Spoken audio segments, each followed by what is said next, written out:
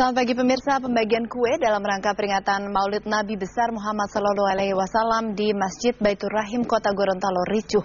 Warga berebut untuk mendapatkan kue walimah yang dibagikan gratis oleh pemerintah daerah setempat.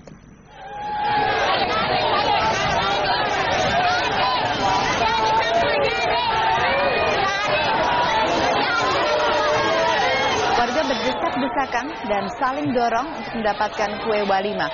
Petugas yang berusaha melerai mengaku kewalahan untuk menghentikan warga yang tidak tertib. Meskipun terjadi saling dorong dan berebut kue walimah, warga yang datang semakin banyak.